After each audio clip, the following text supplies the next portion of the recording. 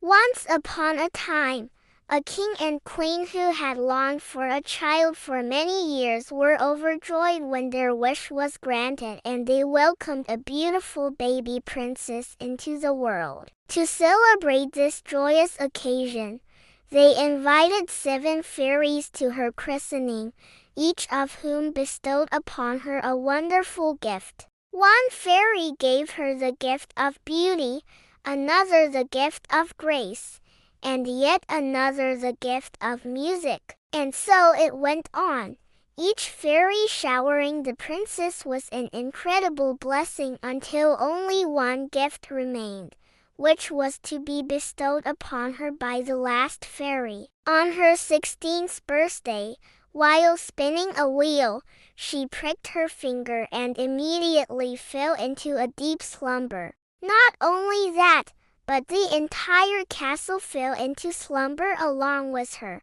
surrounded by thick briars. For a century, everything remained still until one day the briars parted and a young prince wandered in. But alas! This fairy had been forgotten and in a fit of anger vowed to do something terrible. She stormed into the banquet hall where everyone was celebrating and shouted, "I'll be the one to give the princess her gift."